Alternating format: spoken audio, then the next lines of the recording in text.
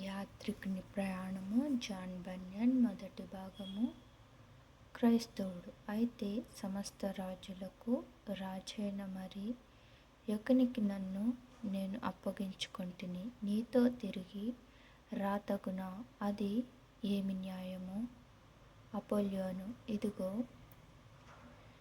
పెనుము నుండి తప్పించుకొని పొయ్యిలో పడుట అనే సామెత చొప్పున చేసియున్నావు.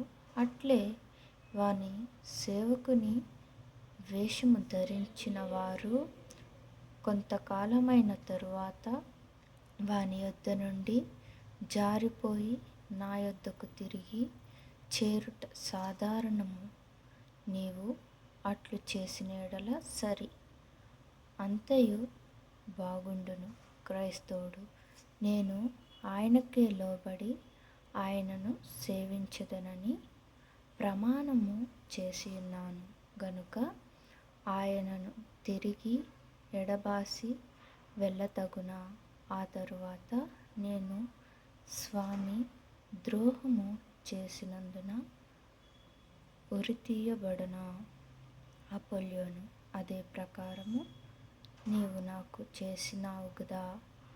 అయినప్పటికీ నీవు ఇప్పుడు తిరిగి నాతో కూడా వచ్చిన యెడల అదంతయు క్షమించి నిన్ను చేర్చుకొన సిద్ధముగా నున్నాను.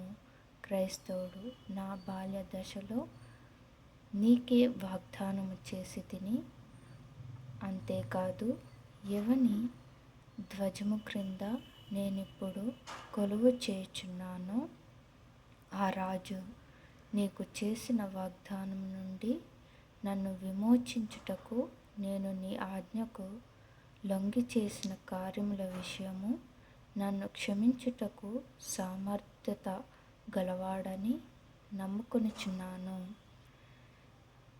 మరియు ఓ ధ్వంసకుడవైన అపోల్యోను, నిజమైన మాట వినుము.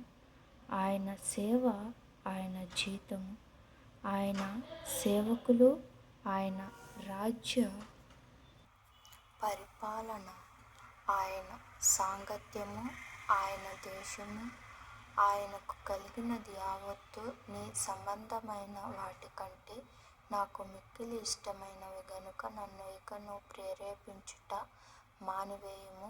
నేను ఆయన సేవకుడను, ఆయననే అనుసరించి వెంబడించెదనని పలికెను. అపోల్యోను: శాంతము, శాంతము. నీవు వెళ్ళుచున్న మార్గములో నీకొకవేళ ఏమి సంభవించునో దాన్ని తిరిగి నిమ్మలముగా విచారించి చూడుము. ఆయన సేవకులు నాకును నా మార్గములకును విరోధముగా ప్రవర్తించు వారవుట చేత వారిలో ఎక్కువ మంది తుదకు అపాయము పొందుదురని నీకు తెలిసియున్నది. వారిలో ఎంతోమంది అవమానముతో చంపబడిరి. అంతేకాదు ఆయన సేవ నా సేవ కంటే మేలని ఎంచుకొని ఉన్నాను. సరి, అయితే విరోధుల చేతిలో నుండి తనను సేవించిన వారిలో ఎవరినైనను రక్షించుటకు తామున్న చోట నుండి వారు ఎప్పుడునూ రాలేదే. నేనైతేనో చూడుము, నన్ను నమ్మకముగా సేవించిన వారు వాని చేత చెరపట్టబడినప్పటికిని వారి చేతులలో నుండి వాని జనులలో నుండి బలము చేతనైనను కపటము చేతనైనను వారిని ఎన్నో మారులు విడిపించి ఉన్నాను. అది సమస్త లోకులకును బాగుగా తెలియును. అలాగే నిన్ను కూడా విడిపించెదనెను. క్రైస్తవుడు: ప్రస్తుతమందు ఆయన వారిని విడిపించుట మానియున్నాడన్న మాట నిజము. అది ఎందుకనగా వారు తుదవరకు తనను అనుసరించి హత్తుకొందురో లేదో వారి ప్రేమను శోధించుటకే తుదకు వారికి సంభవించునది అపాయమని అనవచ్చును. అయితే వారి దృష్టికి అది ప్రకాశమానమైనది.